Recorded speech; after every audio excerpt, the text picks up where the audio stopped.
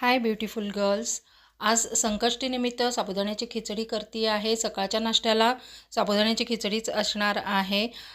कधी-कधी आपल्याला पोटाला उपवास असणं गरजेचं आहे. पण तुम्ही म्हणाल, की आता उपवास करायचा आणि हे एवढं हेवी खायचं, तर असं काही नाही आहे. पौष्टिक खाणं पण आवश्यक आहे. ह्याच्यामध्ये मी मिरच्या घातलेल्या नाही आहेत. साबुदाणा काल रात्री भिजत टाकलेला होता. जाडबुडाच्या कढईमध्ये मी ही छान परतून घेतलेली आहे.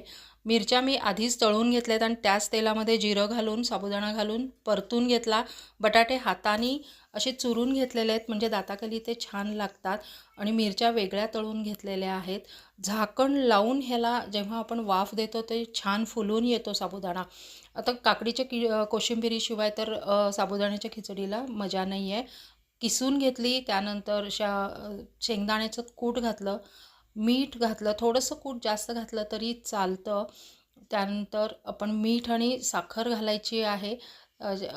चवीपुरतंच मीठ घालायचं आहे आणि साखर घालायची आहे आणि दही घालून, भरपूर दही घालून कालवून घ्यायची आहे. दही पोटाला खूप चांगलं असतं. व्हिटॅमिन B12 पण त्यातून मिळतं.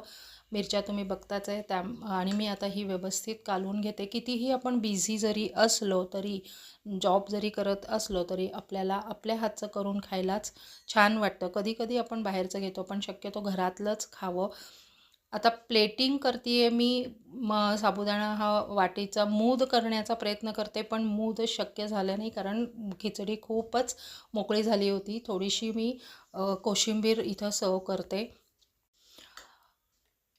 खिचडी मोकळी असल्यामुळे पसरली आहे, ती मी थोडीशी सरकवून घेते अशी. आणि मग आपण इथे ताकाची वाटी ठेवूयात. तर ताक आपल्या पोटाला थंड असतं. जरी आता उन्हाळ्याचे दिवस पण सुरू झालेले आहेत. मिरच्या ठेवल्या इथे.